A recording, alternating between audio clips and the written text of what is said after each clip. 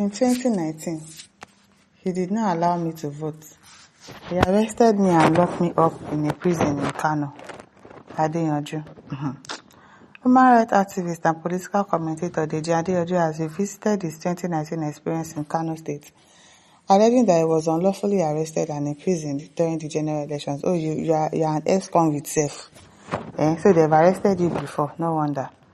Speaking during a media interview on Channels televisions on Friday, Adeyanju said his activism and outspoken criticism of political leaders had consistently attracted harassment and intimidation.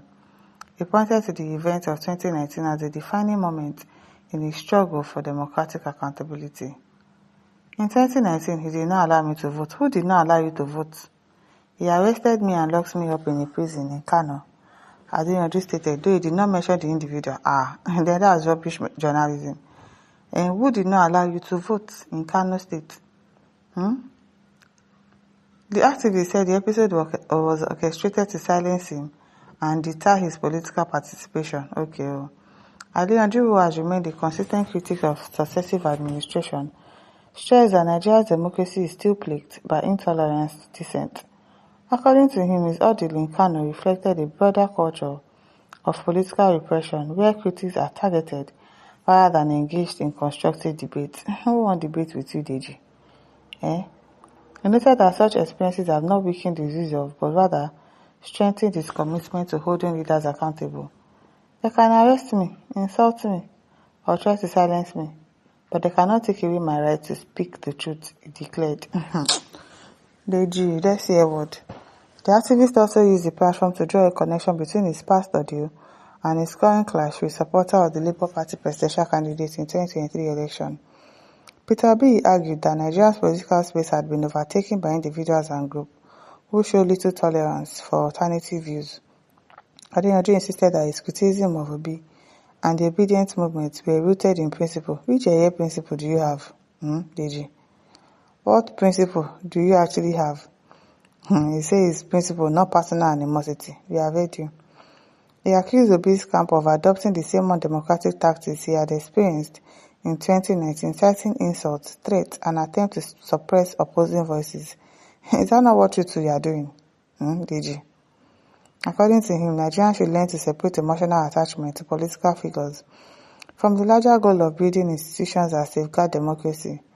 He argued that the obsession with personalities had undermined the pursuit of reforms that could strengthen governance. What's your business if you are obsessed to having somebody to be our president? It's not your business now.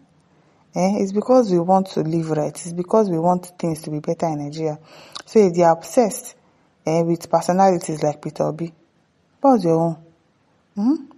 Adeyanju further expressed readiness to defend his position in court. Okay, we are waiting for you. Following threats of defamation suit over his recent comments, he maintained that the truth and accountability remain the foundation of his advocacy. All right now, Mr. Truth. The activist concluded by urging Nigerians not to shy away from demanding transparency and accountability from all leaders.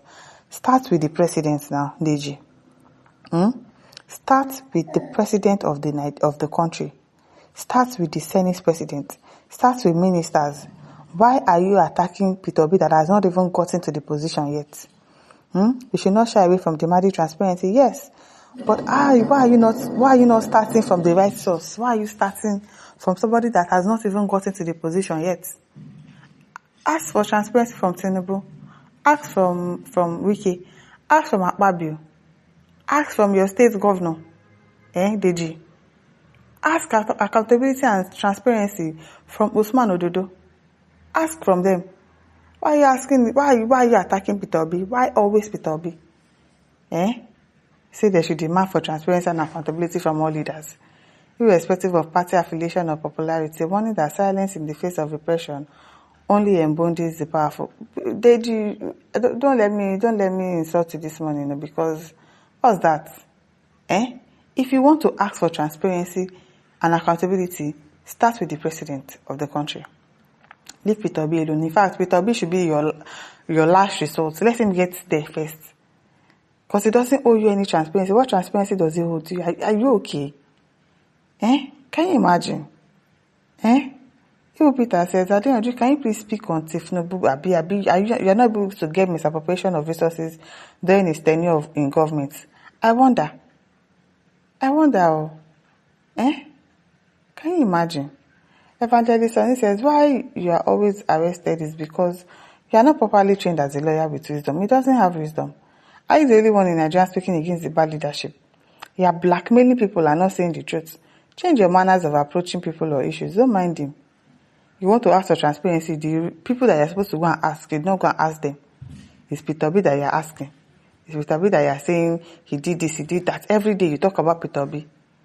What is wrong with these people? Harold Benstow says, why did you not mention the name of the person that locked you up in Kano during the election of 2019? It's double standard for sure. Exactly. Isn't it? And how is coming to court to prove your allegation and intimidation or suppression of dissent voices? You Nigerians deserve to know the truth. And have appreciated this step taken by PO for it to be known. I know PO just wanted the world to know you as an untruthful and never to be trusted person. But if now me you lie against them, now through your anus you go pay. Hey, Adoje Patricia says, you can as well say it was a big work orchestrated your arrest in Kano because they do you for mouth when it comes to calling Obi's name. Exactly, because every small thing now Obi. Lizzie Anjorin second. Any small thing now Yabojo. So you to any small thing, anything that happens to you, it's Peter Obi that did it. Can you imagine? Victor Atumoye says, Adeyanju is a fraud. A big one. Supporting Tinubu and attacking innocent Peter. Miyochi says he's now trying to attach emotional to his stupidity. Now he's trying to involve Nigerians who are busy campaigning for his brother in Lagos State. Instead of voting for Obi, I'd rather vote for Tinubu. Well, it's your choice and nobody should dispute that. But why not vote for Tinubu as you wish? Why must you bring others down to favor Tinubu? Do you get? Why not just vote for him in your closet? Dragging others to fall and achieve your goals will not work that way. I'm not against you voting for your candidate. Abi, nobody is stopping you from voting for your candidate. But why are you attacking somebody, lying against somebody? Saint Amadife says, get your proof, stop making noise, and stop going to the press to rebrand your defamatory attack. Exactly. Your people ought to be aware by now that they are related to a non-entity. If the guy wants to be using scope. Gray says, men are not meant to talk too much, especially when they talk from two sides of their mouth. Stop looking for cheap popularity. Don't be small.